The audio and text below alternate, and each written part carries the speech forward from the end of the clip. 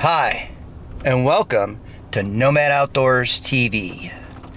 On today's episode, we're going to be chit-chatting with Cruel Dog about his views on processing your own game. Not how to process your own game, but the effort and energy that goes into it.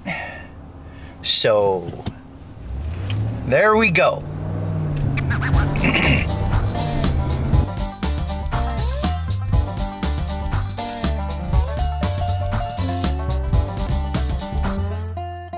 Hey gang, it's your Cruel Dog here. As if you did not hear, both Jer Bear and I were successful in the 2024 hunting season. Jer Bear got his first deer after almost, 20 some years of hunting. So he got a nice 6-point, and the stand that he was in, I set a pop-up blind in front of that. You're going to get a whole story about that later, but the bottom line on that one is on January 6th, I think it was, I shot myself a nice doe. Dressed out, weight 125 pounds. So how about that for you? You see this empty table here? We're going to see some magic. And iggity aggity ook! Presto! There is the rewards of all the hours that you put in. So what you're seeing is about $190 on the going market right now for somebody to process this. But I am going to process it myself so as to save me some money. It will not be as good as a butcher. I'm not an expert on it. I'm not going to give you a how-to video. All I can say is that if you're going to spend the $40 to $50 for a license, and then all the gas and groceries and accoutrements that it takes to get out there and hunt, and then when you successfully get something, there's anywhere between $120 to $190 between where you go and to get it processed. And on top of that, as an added expense, if you get yourself a buck, then you're talking a shoulder mount, which I can tell you that that's $500 plus somewhere's in there. I want to think $500 to $600 for a shoulder mount. I'm going to give a shameless plug for my buddy Pat at After the Hunt Taxidermy in, I believe it's Kimball Township, Michigan. Look him up. He is a great guy that does a great job. He has worked for all the big taxidermist in Michigan when he was younger. He decided to go venture out on his own, and that's what he did. I could tell you that Pat has done a shoulder mount for me. He's done a goose, he's done a couple of ducks, done a couple of pheasants, so he's definitely worth it. So what I'm going to do over the next hour is I'm going to process this meat out, or debone it, as I would call it. I don't really make steaks and chops and all that other stuff. I just go, this looks like a good chunk of meat, let's put it here. So I got my back straps and my inner loins. They stay together. Those are good. They're processed. Out of the lower haunts, out of the back legs, I will probably make some steaks and some chops out of that. Out of the uppers, the upper legs, I will probably put together some stew meat. And most of the scraps that's left over, I turn into hamburger. Or I just might take the two upper legs and make them hamburger. And I do it old crank method with my grandma Busha. That's a Polish word for you, for grandma. From Hamtramck, I've got an old hamburger meat grinder that's done by hand. Got to clamp it on and crank it, and out the stuff comes. So here we go, we're going to get to it, and this is not a how-to video. I just wing it. I've done it before several times. A few survival classes under my belt. Just give me a good idea how to process this meat for the best. So away we go. We'll see when it's done, a couple hours.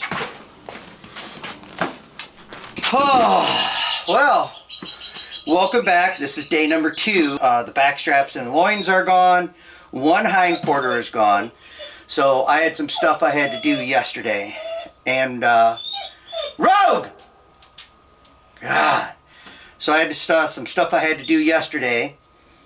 So it took me to get through 2 back straps and 2 inner loins, basically cleaning off what they call the silver skin and sinew.